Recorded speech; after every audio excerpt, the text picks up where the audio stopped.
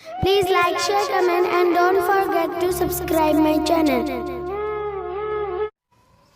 ਪਿੰਡ ਦੀ ਜ਼ਿੰਦਗੀ ਸੋਹਣੀ ਹੁੰਦੀ, ਸੋਹਣੀ ਤੇ ਮਨਮੋਹਣੀ ਹੁੰਦੀ।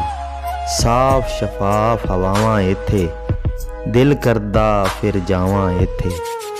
ਮੌਜਾਂ ਨਹਿਰ ਤੇ ਕਰਦੇ ਸਾਂ ਜਦ, ਪਾਣੀਆਂ ਵਿੱਚ ਅਸੀਂ ਤਰਦੇ ਸਾਂ ਜਦ। ਉਹ ਵੀ ਵੱਖਰਾ ਰੰਗ ਸੀ ਹੁੰਦਾ, ਇੱਕ ਇੱਕ ਖਿੜਿਆ ਅੰਗ ਸੀ ਹੁੰਦਾ। ਫਿਰ ਅਸੀਂ ਸਾਰੇ ਸ਼ਹਿਰ ਨੂੰ ਭੱਜੇ, ਐਸਾ ਆ ਕੇ ਇੱਥੇ ਰੱਜੇ। ਪਿੰਡ ਨੂੰ ਵਾਪਸ ਜਾ ਨਹੀਂ ਸਕਦੇ, ਸਾਫ ਖੁਰਾਕਾਂ ਖਾ ਨਹੀਂ ਸਕਦੇ। ਪਿੰਡ ਨਾਲ ਟੁੱਟ ਗਏ ਸਾਰੇ ਰਿਸ਼ਤੇ, ਲੱਖਾਂ ਜੈਸੀ ਪਿਆਰੇ ਰਿਸ਼ਤੇ। ਖਟਿਆ ਕੀ ਅਸੀਂ ਸ਼ਹਿਰ ਨੂੰ ਆ ਕੇ, ਪੱਕੇ ਵਾਹਿਦ ਡੇਰੇ ਲਾ ਕੇ।